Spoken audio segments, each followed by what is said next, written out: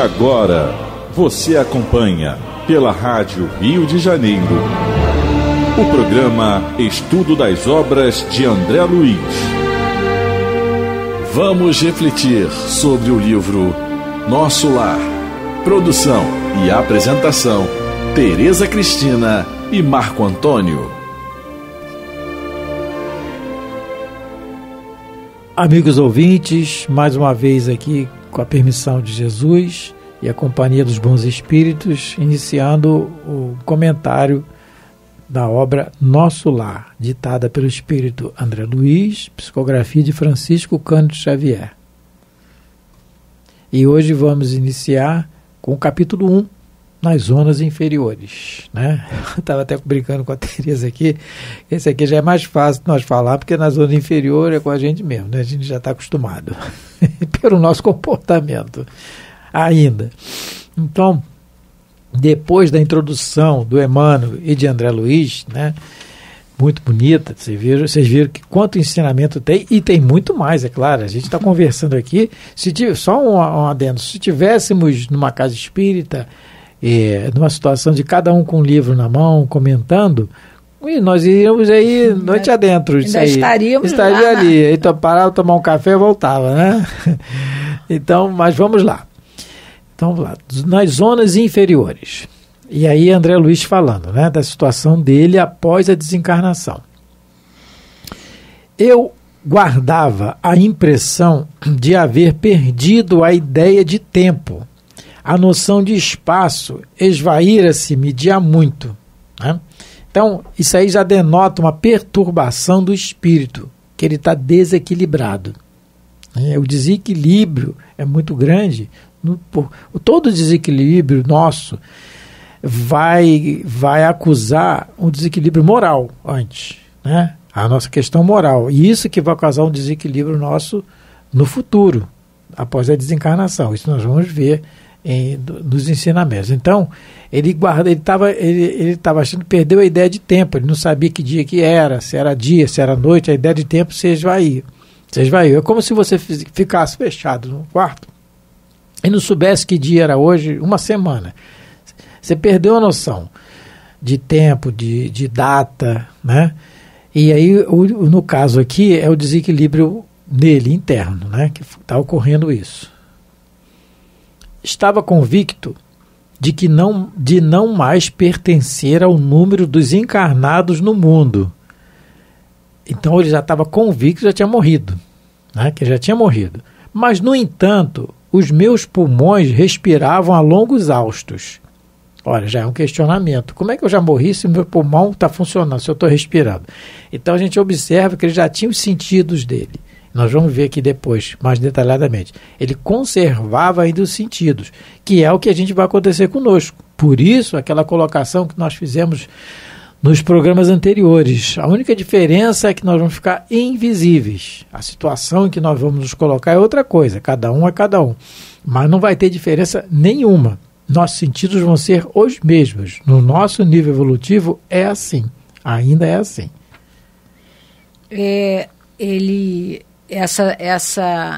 Essa perturbação, Kardec vai tratar no Livro dos Espíritos sobre essa perturbação espiritual, né? Que ele, daqui a pouco a gente vai ver isso, né? Sobre essa perturbação espiritual que ele ficou no momento da desencarnação e que todos nós, mais ou menos, passaremos também no nosso momento, né? Na nossa morte. Então, ele tinha a noção que já tinha morrido, mas continuava respirando. Ele, mais do que ninguém, um médico, né, ele sabia que ele estava respirando, mas, ao mesmo tempo, ele estava, não sabia onde estava, não sabia, como o Marco falou, se era dia ou se era noite. Mas essa perturbação nem sempre acontece desse jeito, não é? Para alguns espíritos que, durante a vida, cultivaram, não é, a sua espiritualidade, a sua religiosidade, seja em qual religião professava, vai ter esse comportamento, não é? Existe um livro chamado Somos Seis, É um livro que conta algumas histórias sobre algumas pessoas que desencarnaram, algumas de maneira muito violenta. E uma dessas histórias é a história de Volquimar. Volquimar era uma moça que morava em São Paulo. Ela e a sua família eram espíritas. E ela trabalhava, ela tinha acabado de ser contratada para trabalhar no edifício, ela trabalhava na empresa Crefsul, no edifício Joelma. Ela trabalhou lá durante algum tempo e esse edifício pegou fogo. Foi uma tragédia, eu não lembro bem que ano que foi essa tragédia do incêndio do Joelma em São Paulo, mas ela estava lá dentro, ela trabalhava nessa empresa Crefsul. E ela, através da mediunidade de Chico Xavier, ela vem contando que chegou uma hora que ela tentou pegar o elevador, não conseguiu, ela e muitos que trabalhavam nesse edifício. E ela subiu para o terraço para ver se conseguia ser resgatada por helicóptero e ela também não conseguiu, né? E aí teve uma hora que ela falou, não tenho o que fazer, eu vou orar. Ela se lembrou, né, das orações que ela tinha o hábito de fazer, ela lembrou que naquela hora era Deus que estava no controle. E aí ela faz uma oração. E ela conta que quando ela abriu os olhos, ela viu o avô do lado dela e ela já estava num leito, né, num abrigo no mundo espiritual, né, acompanhada do avô. Ela diz que ela, na hora lá do incêndio, ela foi como que protegida, porque nessa hora do desespero você é pisoteado, ela sente que ela teve um amparo, né, e esse amparo todos têm. A gente vai ver mais tarde que o André Luiz, apesar dessa situação difícil dele, né, nessa zona inferior, ele tinha o amparo da mãe dele, ele tinha o amparo de um ministro de nosso lar chamado Clarencio, ele não estava desamparado, mas ele não tinha esse hábito da oração, da serenidade, ele não tinha isso. E ela, ao contrário, não é? Ela, no caso, ela era espírita, mas a gente sabe que outras pessoas, né, religiosas também têm esse hábito de orar, de meditar. Para ela foi muito diferente a perturbação espiritual dela. E olha que ela desencarnou numa morte dita violenta, porque você morrer queimado, não é? Convenhamos que é uma desencarnação muito dolorosa, mas a serenidade, a calma ajudou-a nesse trespasse, né? Na hora da desencarnação, ela teve todo o apoio. Já André Luiz, que não morreu de morte violenta, como a gente vai ver, ele estava totalmente perturbado, não é? Porque mais tarde também a gente vai ver que na hora que ele parar, fazer uma oração, ele vai conseguir ver a ajuda que sempre esteve presente do lado dele. O que a gente dá para perceber também é que na hora da nossa desencarnação, e isso eu estou falando para mim primeiro, porque o ouvido, né, que primeiro está escutando o que eu estou falando é o meu. A gente tem que entender que a hora da nossa morte a gente não tem mais o controle. A gente tem que se entregar na mão de Deus, como a Volquimar fez. Mas, para isso, as aflições do nosso dia, né? As aflições da nossa vida também é um exercício. Para quando chegar nessa hora extrema, que é uma hora difícil, não é fácil para nós, porque nós somos apegados ainda à matéria, nós somos muito materialistas, no sentido ainda de sermos apegados ao corpo. A gente não se sente espírito, a gente se sente corpo. Então, né, que a gente faça esse treinamento durante a nossa existência, nas situações difíceis que nos forem apresentadas. Se a gente, nesses momentos, já depositar a confiança em Deus, né? Entender que se a gente fez tudo o que podia, agora é com Deus, na hora da nossa desencarnação, isso também vai ser mais fácil para a gente. Vou contar um caso particular, é até engraçado, de uma amiga nossa que já desencarnou. O nome dela era Neuza Almeida. Ela é muito engraçada, ela sofreu um acidente, mas realmente é o que ajuda a gente, o estudo, a meditação. Ela sofreu um acidente, ela quebrou a perna e ela quebrou o pé. E aí ela foi internada, a gente foi visitá-la, o pessoal do centro foi visitá-la, tá? E ela, né, teve que fazer uma cirurgia, porque foi uma fratura muito séria. Apesar de ter sido um tombo bobo, mas foi uma fratura séria. E a gente foi visitar, tudo. Bom, ela foi fazer a cirurgia e a gente, ninguém ficou lá com ela na hora da cirurgia, nós fomos visitá-la depois. E aí, o que ela narrou pra gente? Que quando ela voltou da cirurgia, mudaram ela de enfermaria. Botaram ela num quarto. Ela estava numa enfermaria e botaram ela num quarto, sozinha. Quando ela acordou, se viu sozinha, sem ninguém, ela falou, morri. Porque ela, espírita, estudando as obras, não viu nenhum parente, não viu ninguém, falou, morri. E aí, o que ela fez? Vou rezar, vou ver se o doutor Bezerra aqui aparece para mim, para me levar, eu tenho que ficar quietinha, calminha. Entendeu? Ela conseguiu, né, nesse momento, porque ela realmente achava que tinha morrido. Ela não via ninguém. Nenhum parente, ninguém vinha falar com ela. Ela disse que, eu não sei se ela acordou antes do tempo da anestesia, né? Geralmente tem um tempo para anestesia acabar. Ela não viu ninguém, não viu parente, ela falou, morri. Ela falou, eu fiquei quietinha, só fiquei rezando que para doutor Bezerra vir me ver. Então, não é, a gente vê com isso que depende de nós essa perturbação no mundo espiritual, quando a gente desencarnar, vai depender de nós, da nossa confiança em Deus, do que a gente fez durante a nossa vida, como a gente se comportou, se a gente ficou aflito e desesperado por qualquer coisa, né? Porque às vezes a gente fica desesperado até porque vem uma barata. E aí entra em pânico, e não pode ser assim, né? Não é o caso da Tereza. Não é meu caso, não. Meu caso é mais com rato. Meu problema são os ratinhos. Eu sei que não deveria, mas, né, é assim que funciona. Então vamos lá, vamos continuar. Desde quando me tornara joguete de forças irresistíveis, impossível esclarecer. Então, quando se torna joguete, é porque você está nas mãos dos outros. Está realmente um desequilíbrio tal e você nem domina a situação, que é o caso do André Luiz, né? Uhum. Então, antes da gente continuar esse parágrafo, eu peguei aqui no Livro dos Espíritos, como a Tereza colocou, o caso da nossa amiga Neuza. Não sei se ela está por aqui. Neuzinha, saudade. Então, diz aqui,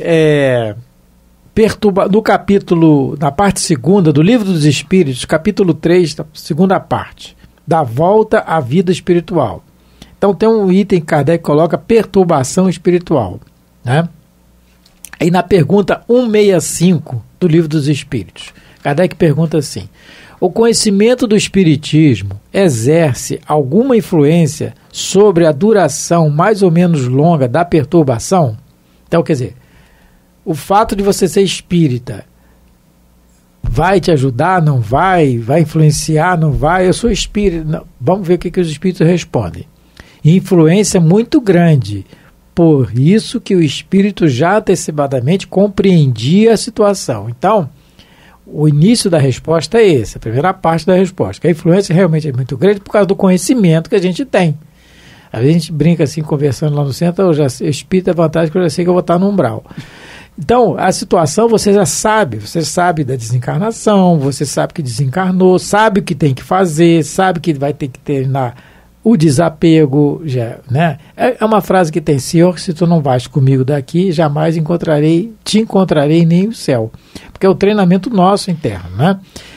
Então, a compreensão eu tenho da situação, porque eu já conhecia antes, eu estou estudando, eu acredito nisso aqui que eu estou estudando, que eu estou lendo. Mas aí a resposta continua. Mas a prática do bem e a consciência pura são o que maior influência exerce. As leis de Deus não estão na consciência, na pergunta 621. Se a prática do bem e a prática das leis de Deus for uma realidade em mim, no meu esforço, aí realmente eu vou ser influenciado por bem. Isso aí é o que nós já falamos em capítulos anteriores, é o esforço pessoal de cada um, não é?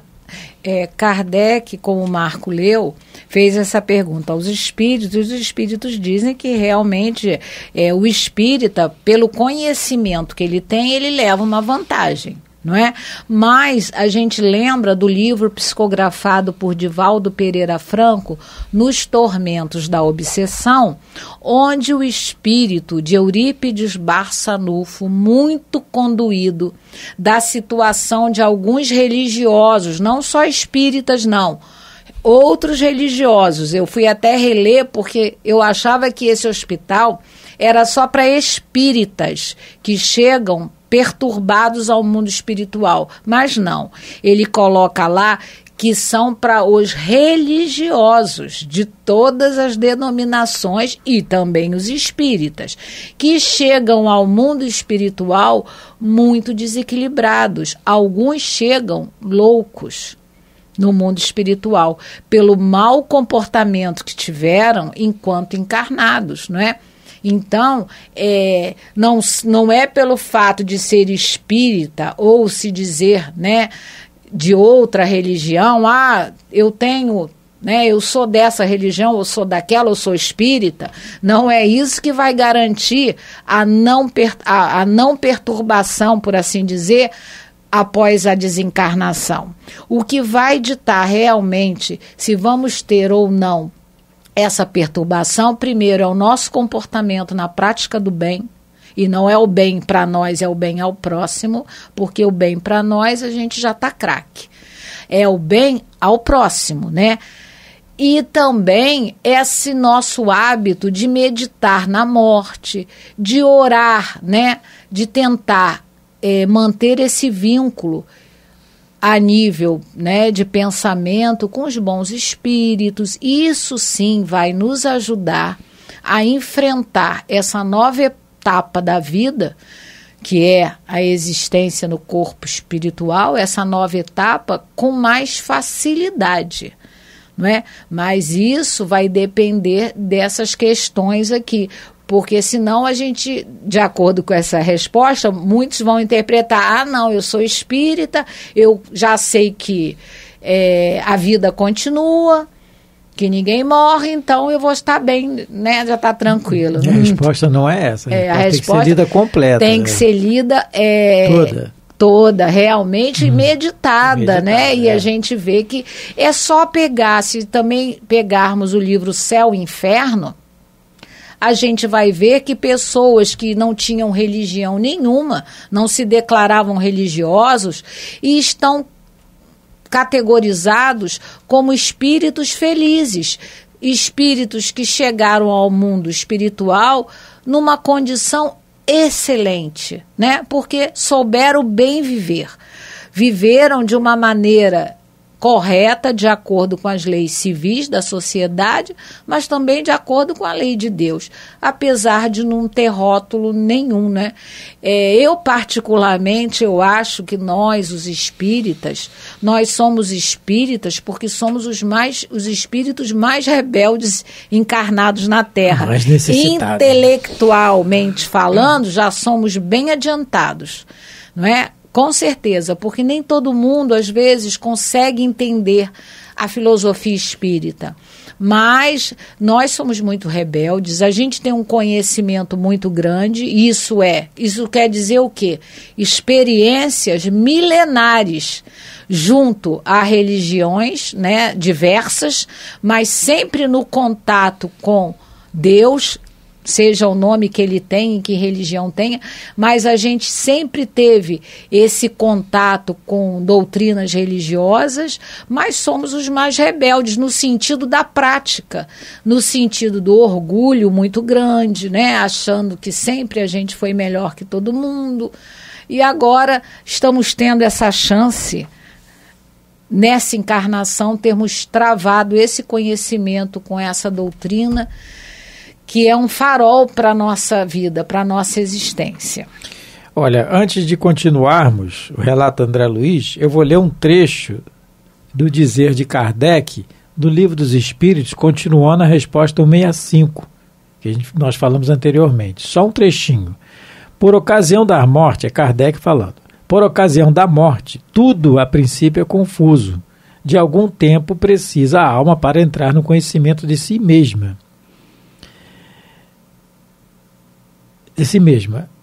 Ela se acha como que aturdida no estado de uma pessoa que despertou de profundo sono e procura orientar-se sobre a situação. A perturbação que se segue à morte nada tem de penosa para o homem de bem.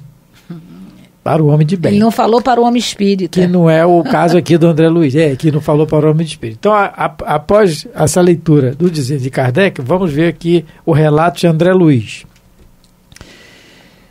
Sentia-me, na verdade, amargurado, doente, nas grades escuras de horror. Cabelos eriçados, olha o detalhe, ele falou em duende, ele não falou doente. Duende é é como se ele fosse um personagem de uma floresta perdido nela, né? Nas grades escuras do horror.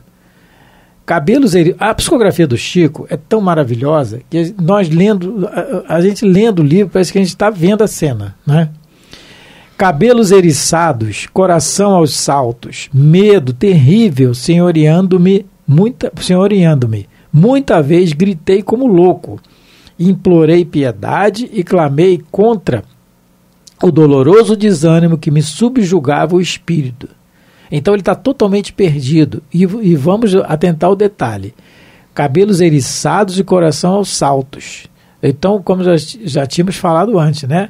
Ele se estranhou que estava respirando a longos haustos, né? Então ele tinha todos os sentidos e totalmente desequilibrado. Olha, cabelo eriçado é o medo. É aquilo que a fisiologia mostra, que o teu sentimento de medo. Coração aos saltos, né? Gritando como louco e implorando piedade. Então, ele está implorando a piedade, mas não está adiantando. Nós vamos ver aí depois o que adiantou, o que resolveu a saída dele dessa situação. Né? Uma situação criada por ele mesmo. Porque é isso que nós temos que colocar para nós. Deus não fez umbral para situar a Tereza e o Marco Antônio lá. Quem vai situar o Marco Antônio e a Tereza lá é o Marco Antônio e a Tereza, é o comportamento nosso. Né? Deus não cria o mal, Deus é bom. Então essa questão da situação que nós já colocamos, o inferno, Deus não criou o inferno para castigar e botar as personagens do mal lá. Não. Quando nós vamos futuramente, se Deus permitir, ver no livro Libertação, que já está longe, que tem lá na colônia das zonas inferiores os juízes julgando as pessoas. Isso que nós achávamos que Deus faria conosco, mas não é assim. Quem vai nos julgar é a nossa consciência, viu, meus irmãos? Então, que nós possamos fazer o esforço diário, primeiro esse que vos fala, né? Que é complicado, mas nós temos que tentar. A luta contra o homem velho é essa. Muito obrigado. Tereza, por favor. Muito obrigada a todos pela paciência de nos ouvirem. Um abraço e até a próxima. Fiquem com Deus. Fica com Deus. A Rádio Rio de Janeiro apresentou o programa Estudo das Obras de André Luiz. Produção e apresentação, Tereza Cristina e Marco Antônio.